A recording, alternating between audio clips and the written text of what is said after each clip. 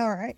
Sounds good. All right. Well, welcome to Conversations, where today we have Dorothy Wood Vance and Dr. Garland Vance, who have spent over 25 years helping leaders discover and maximize their unique talents and empowering good leaders to become great. Together, they co-founded Advanced Leadership, now recognized as one of the top 20 leadership development companies in America. They are both passionate about leadership and recently published the book Unleashed Leadership. Welcome to the show. How are you today, Dorothy and Garland? Thank you. We're doing great. It's good to be here. Very excited for this conversation today. Absolutely. Where are you coming to us from today? We are coming from Knoxville, Tennessee. Yes. Now, so both of us are actually University of Florida Gator fans, and so we consider ourselves missionaries. Strangers in a strange land. Knoxville, Tennessee. That's so funny. So you're yesterday I recorded with somebody from Memphis. Oh, okay. So yeah, we'll just keep that Memphis going. may as well not even be in the same state. It would take us 7 or 8 hours to get to Memphis. Yeah. Oh. Tennessee is a long state. Well, I appreciate both of you taking the time out of your busy schedule to talk about leadership. I mean, it's when you talk about leadership and when you're passionate about leadership, it's not work, is it? It's not. I feel like our conversations are usually we'll watch a movie or a TV show and we'll get done.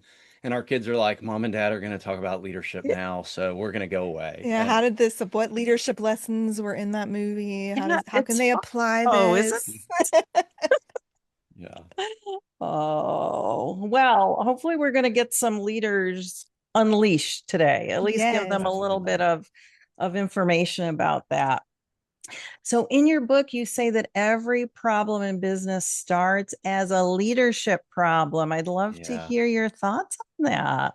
Yeah, so that's always a hard pill for people to swallow. And it's a hard pill for us to swallow. Anytime our business is encountering a problem, we have to look at ourselves in the mirror and say, it starts with me. And so it's not an easy pill to swallow. But here's the reality is that businesses are the result of the decisions and the actions and the strategies that leaders implement. And that could be all the way up to the C-suite, but that can also be the frontline leader and the decisions they're making and the actions and the strategies that they're using. What that means is that every problem that your business faces starts with the problems and the issues that leaders are having. And again, hard pill to swallow, but that also means that every solution in the business starts with the leaders who make those choices. Right. And would you, I'm going to say my own philosophy here. Would you say that everyone is a leader? When you're looking at an organization, would you say we all kind of wear that leadership hat in some capacity? Yeah, I think we would say something close to that. I think we would say that there are positional leaders who have, a title and certain managerial responsibilities. And then you have others. And I think everyone in the organization has the potential of being a leader. And I think that everybody in the organization is going to have different times where they will have leadership responsibilities even without the position or the power. And it's whether that person is willing to step up into that responsibility. And what the research shows is that there are actually very few natural born leaders, and that most people have to be trained for their leadership positions. Yeah, and I agree with you there. I agree that we all, regardless of where you land on a hierarchy chart, it's something that we always should be cultivating. Yeah. Right? Yes. Looking at ourselves and discerning, okay, what do we need to learn more of? A skill to develop. That's right. A skill to develop that has all these little mini skills underneath. Agreed. All right. So what does it mean to be a leash leader? So your book is Unleash Leader. So what is a leash leader? Because that sounds like, I think a lot of people will identify with this. We think so, and that's what we have observed as well. People might not use that language yet, but once we start describing what it is, then we get the hands up of, oh, wow, yeah, we know what that feels like. So all of us have, if we've led long enough, have been in the position of knowing what that feeling is of our responsibilities exceeding our abilities. Now, sometimes you can get leashed the other way. Maybe early in your career, if you are one of those rare natural born leaders, your abilities might exceed your responsibilities. That's a leashing as well. But what we have found is if anyone stays in leadership long enough, at some point, it doesn't matter how natural your leadership skills are, everyone is going to feel the tug of that leash of the responsibilities exceeding the abilities. And that's your sign that, oh, wow, there's some area where I need to grow and develop, and I need to figure out what that area is. What is the skill that I'm lacking that I need to develop? Absolutely. So, what are maybe some of the symptoms there? We all know that feeling of making progress, like moving 3 steps forward and then getting tugged a couple steps back. And every day when we wake up, we think, okay, this is the day where I'm really going to make progress. I'm going to beat this thing. And then something happens that feels outside of our control, and we feel tugged back. And we realize, I'm not sure I have what it takes to make the progress that I need to make right now. So something that I'm doing needs growth and change. Yeah. And other symptoms that we see a lot are sometimes there's a sense of imposter syndrome where it's they pick the wrong person. Mm, Sometimes there's a sense of blame, like what are they thinking? And it's somebody else, it's somebody, it's the leader above you or the mhm. executive team or the board. And you begin saying, what are they thinking? And really what's happening is underneath the surface, we're saying, my abilities aren't yet at the level that my responsibilities require. That takes self awareness.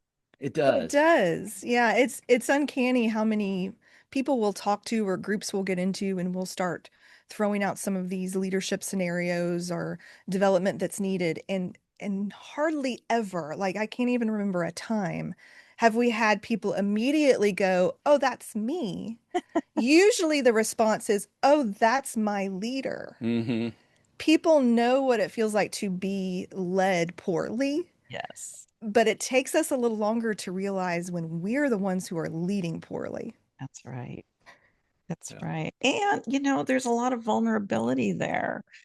Both Hmm. sides, vulnerability for a leader. And I think we'll get into maybe some of that um, a little bit later, but also for the people who are being led to actually verbally say these things, Yeah. Hmm.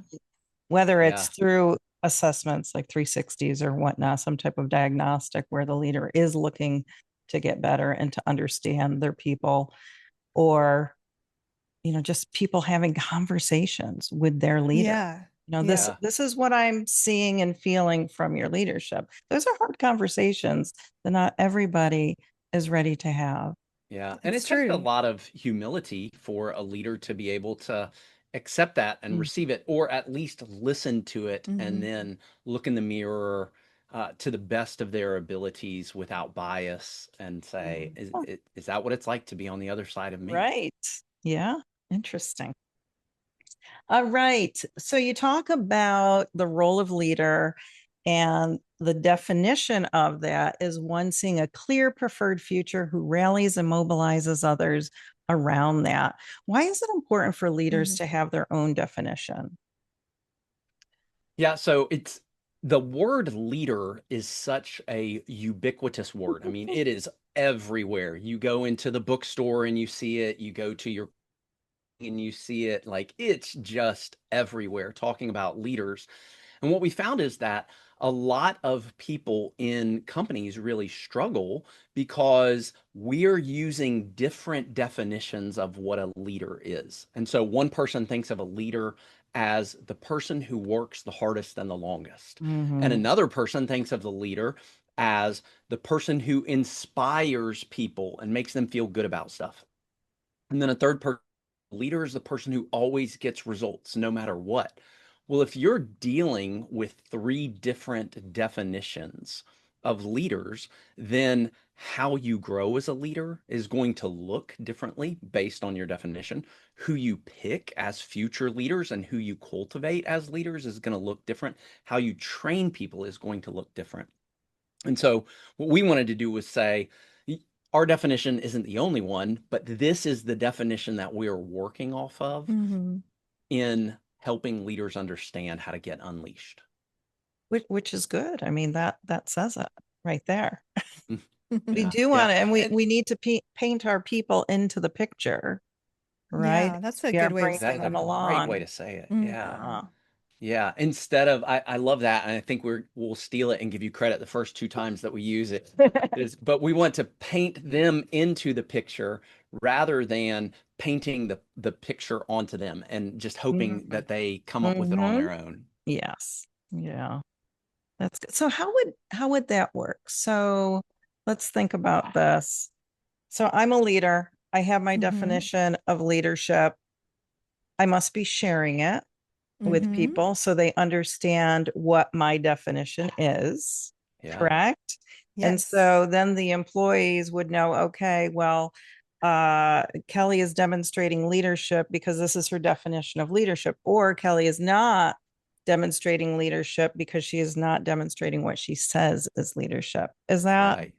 kind of what Yeah, we're that's a calling? huge part of it, and you've got it exactly right. Is we're talking about it, we're sharing it, we're helping people Mhm. understand it, and then as a result of it, people can begin to shape how they lead, and the way that they Mhm. lead into this definition. Yeah, it's always good for people to know what the expectation is. Mhm. What is Kelly looking for? How will she know when I'm leading well? Oh, well, I know her definition. This is what I have to rise to. And then even more than that, like let's say it's time to hire new leaders. Then everybody's on the same page at the table of what we're looking for and the traits that we need in order to bring other good leaders to the table. Yeah. And you'll notice in the definition that we used that the key part of it is the future. It's all about Mhm. the future. That a leader is somebody who sees a clear, preferred, and desired future, who gathers others around that future, and then who mobilizes others to create the future together.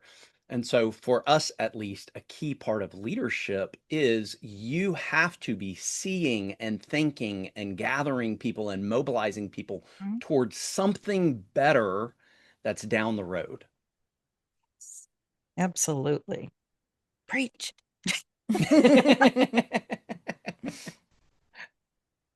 So you also mentioned about a hero or villain. Yeah. Mm, What is that all about?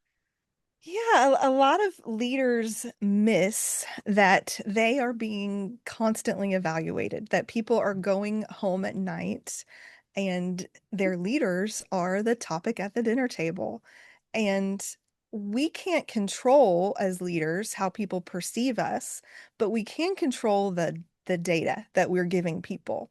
We can control whether or not we are looking at people and seeing the potential in them and drawing that out of them and treating them with honor, dignity, and respect. We can control how we speak to people, how we interact with people, whether or not we're the type of leader who demands loyalty but doesn't give loyalty in return. And a lot of times leaders won't categorize themselves as a villain, but they are absolutely a villain in the mind of the people who they are leading if they are keeping them down and not helping them reach their dreams, what they want out of life. Yeah, and people want to belong, right? They want to mm, feel like their leaders Yes. see them, hear them, that they feel like they belong in And that that they're needed. organization and that they're needed. Yes. That's They're right, what making a they're bringing. contribution. Yes. That's yeah. right, all those things. All right, let's see what else we have here. Oh, yes, this one. Okay. So, what's been your experience when a leader realizes, and we talked about this just a little bit, realize the problem is actually them. Yeah, the reaction we have seen more than any reaction is a sense of relief. That sounds Really? yeah, Yeah. it sounds like that wouldn't be the first feeling, but Yeah. this is why. When a person realizes, wait a minute, I had some control in this, then they realize that I have control over the solution. If I had a hand in putting us here and putting myself here, then I have a hand in getting myself and getting us out of this situation. And then you can move forward. Yeah. Yeah, it's funny, we were just having a conversation with one of our kids that a a leadership mindset does not say this is happening to me, that a leadership mindset says I am happening to this situation. And so how do I bring my full self into this situation? And there is just a tremendous sense of relief that comes when you go, "Oh, I can be the change that I Hmm. need to see happen." Mm-hmm. Instead of not doing Yeah. Right. anything. Yeah. Because we know that there's leaders like that, that Yes. Yeah. it can't be me. Hmm. My decisions are always the greatest. Mm. Yeah, yeah, we've seen those. Yeah. Yes. Usually a kind of a narcissistic type of Yes, mentality. I'm always absolutely. right. Mm-hmm. And yeah, but there is a sense for that person, I think there's a deep sense of shame and of embarrassment if Yeah. they feel like they caused something to happen. Mhm. But for a leader who's humble enough, there's tremendous Mhm. relief. Absolutely, which is healthy. Yeah. Mhm. That's healthy leadership right there. All right. Well, let's get a high view of what the three-stage process you call decide, discern, and deliver is. Yeah. Yeah. So the first stage, decide. This is a lot of times the stage that people will skip. They want to move into action really quickly. A lot of people move through life as if they are running from a burning building and they Mm-hmm. have to move as quickly as they can.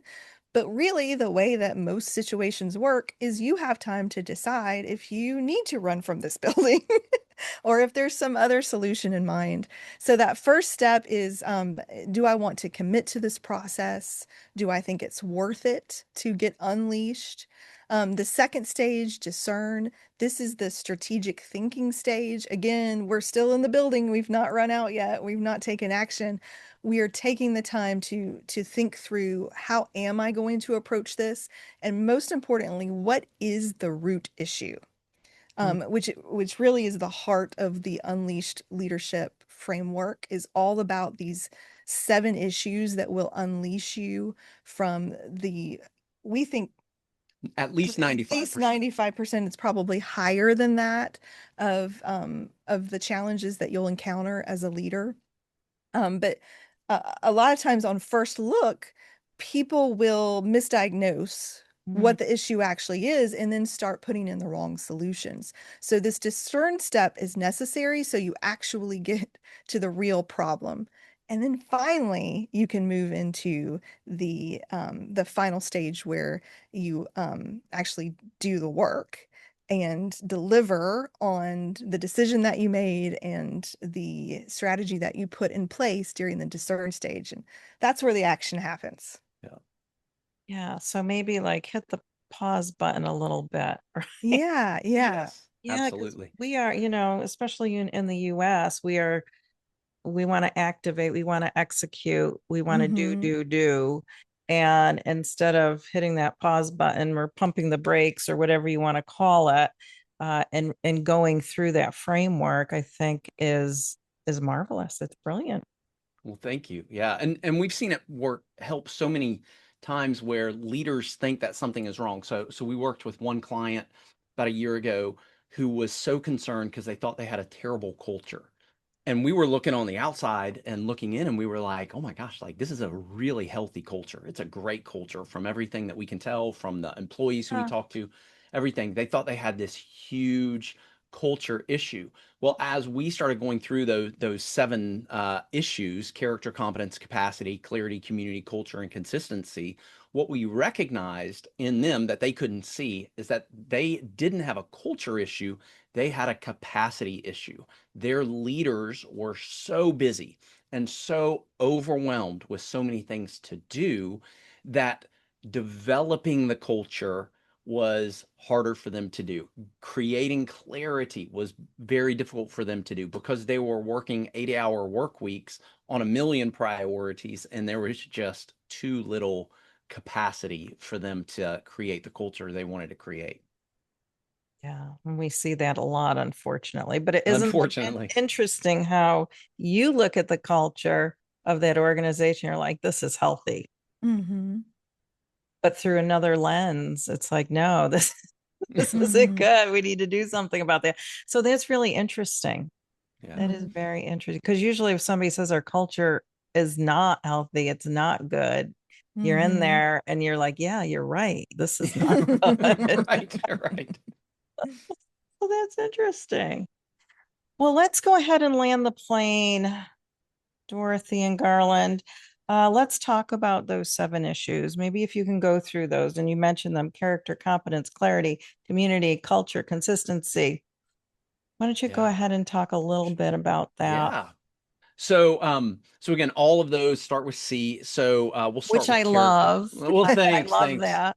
Mm-hmm. We are all Thanks. about We alliteration. love some alliteration. Yeah. So so character issues arise, not so much moral character like Enron stuff. That can happen, but character issues often arise from a lack of humility, like we've talked about, a refusal to take responsibility, or Mhm. even a refusal to handle the hard things, the hard decisions, the hard actions, the hard Mm. conversations that need to take place. We're talking about leadership character Yeah. more so than a moral or ethical character. Yeah. So those are the issues that show up with character. And the second is competence. And competence issues show up when leaders are staying stuck in the skills that they developed rather than developing the new skills that their goal or their role requires of them. It's the classic person who was a great salesperson, got promoted to be VP of sales, and now all they're doing is selling the same thing rather than training their people and developing their people. So competence issues are all about those skills that the leader needs to develop. Third issue is capacity. We already talked about that. That's time and energy and attention, because leadership requires time, energy, and attention. And so, does the leader know how to delegate things so that she or he can get those things off their plate? Do they know how to manage their time well? Do they know how to manage their energy? Um, Fourth issue is clarity. And clarity is all about the leader's ability to say, where are we going? How are we getting there? What does every person's role play in getting there? And then why is it important to get there in the first place? How does this make the world a better place? So clarity is all about painting that future vision. That leads to community. Community is all about the issues that arise when trust and collaboration aren't there. So does the leader proactively and intentionally develop trust one-on-one with people, but does she also develop trust among the entire team? And can they work together well? That leads to the sixth issue, which is culture.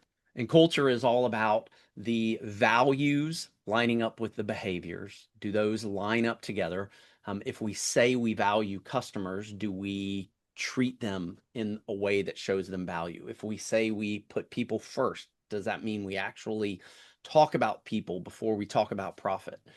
And then the last issue is consistency. And consistency is all about, am I as the leader showing up the same every single day? Is my messaging the same? Are my expectations the same? Is even my expectation of change, does my vision stay the same? And so I'm pushing people to grow and develop.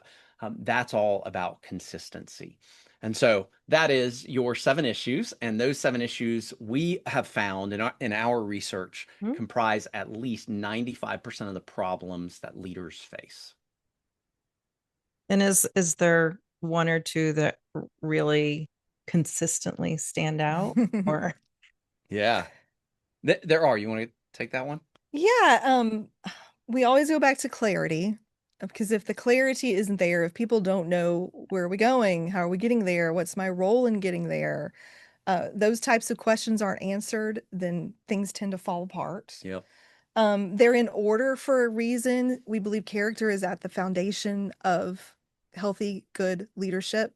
And if you don't have that, then there's really nothing to build the other six upon. Um, and then we And see we capacity a see lot. capacity a lot. So when we're oh, yeah. surveying individual leaders, we see capacity a lot. When we're looking at the organization as a whole, we often see clarity as the issue. One of the things that's interesting though, Kelly, is that nobody ever admits that they have a character issue, but Mhm. they will point out that somebody else has a character Mhm. issue.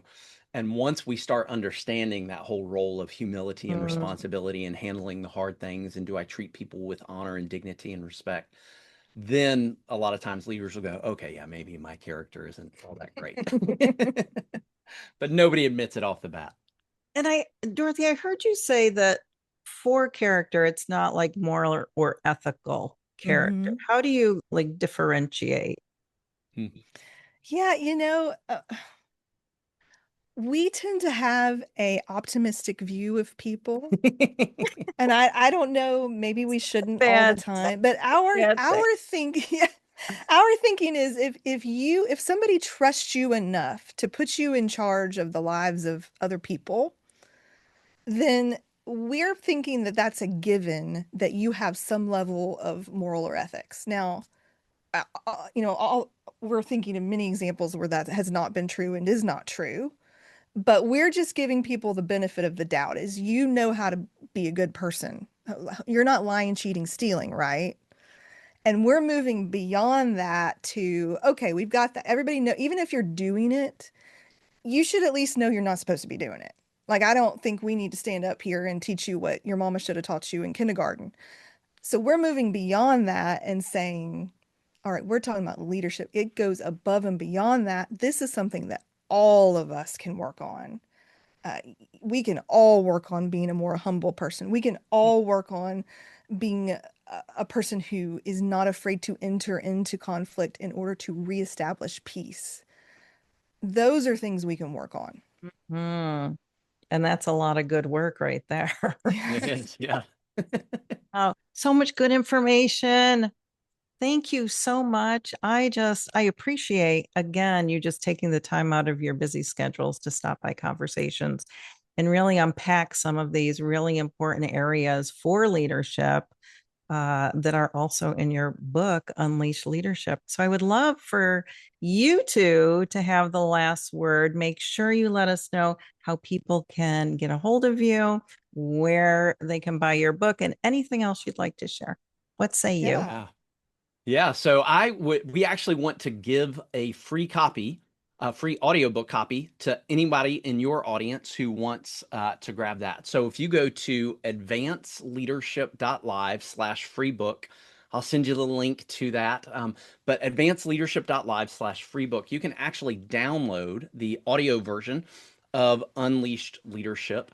And just for a little bit of fun, it's a pretty short book. We intentionally made it 120 pages, so it's an airplane read. But just as a fun little bonus, Dorothy and I did add a couple of extra commentaries in there On the on the audio, audio some more version. fun stories. Yes. We had a good time with it. Of course, if people are a reader, they want the book itself. It's available wherever books are sold. It's Yeah. available on Amazon. Amazon. Yeah. And then the community. We'd like to invite people to our Yeah, community. so we started something this year that we just absolutely love. It's a gathering of leaders from all over the country, all over North America, actually. And so it's called our Unleashed Community. We meet 2 times per month for 90 minutes at a time. About 45 minutes of that is training and development, getting into some really practical tools that come out of Unleashed Leadership. And 45 minutes of that is them connecting with each other, coaching each other, helping each other learn and grow. And for that, you can go to advanceleadership.live/join community, and that'll tell you all about the community. And we'll be sure to put those in the show notes so they'll be easy to access for the audience. All right. Well, thanks again. And until next time, you keep doing great things and we'll see you soon.